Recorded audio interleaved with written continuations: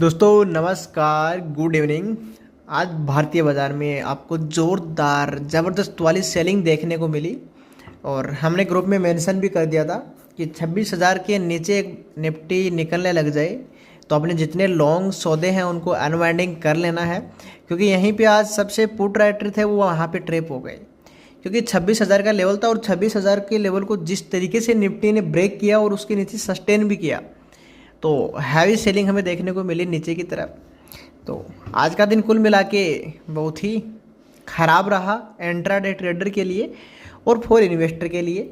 Small cap mid cap में भी अच्छी मारामारी चल रही थी और सबसे बड़ा इसका रीज़न जो क्लाइंट्स पूछ रहे थे कि सर क्या कारण था इससे टूटने का, तो रीज़न भाई यही था कि जो रुपया है वो गिरता ही जा रहा है। रुपये की कीमत डॉलर के मुकाबले बहुत ज़्यादा हो गई है, 90 हो गई है। और तो ये मामला रहा कल के लिए। अब कल है दोस्तों निफ्टी एक्सपायरी और 26,000 के नीचे हमने क्लोजिंग भी दे दी है। जाते जाते 25,932 के आसपास लेवल में मेंशन कर रहा हूँ।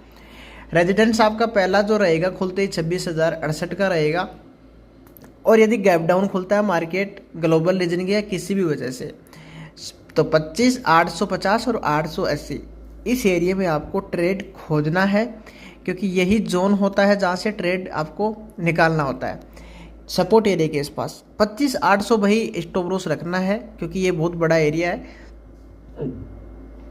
25,800 का मतलब ये है कि सबको अलग अलग स्टॉप लॉस रखना है। किसी को 810 का रखना है, किसी को 790 का रखना है, किसी को 780 का रखना है।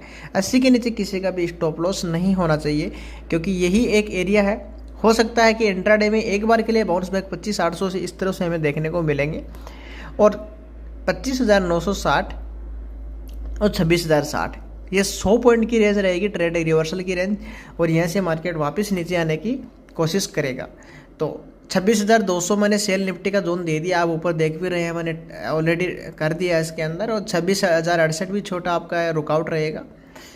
तो कुल मिला के ये होने वाला है। और रही बात दोस्तों इंडिगो में, यदि इंडिगो का शेयर है आपके पास और यदि कौन से भाव पे लिया है, यदि आपने 1,800-2,000 रुपये से हमने रिकमेंड किया था इस शेयर को, आपको याद होगा, वहाँ से लिए बैठे हो तो आप बैठे रह सकते हैं इस भाव पे कि इंडिगो गिर गया। यहाँ आपको नहीं खरीदना। मैं सुबह भी बहुत से क्लाइंट को मैसेज कर चुका हूँ क्यों नहीं खरीदना है। इसके पीछे रीज़न भाई ये है, इसलिए नहीं खरीदना है कि 4 से 5 दिन तक अभी भी इनकी जो एयरलाइंस है सुचारू रूप से अभी स्टार्ट नहीं हुई है। मामला अभी भी गड़बड़ है। जितने भी फ्लाइट्स बुक हुए हैं इन सबको पेमेंट रिफंड करना होगा कंपनी को।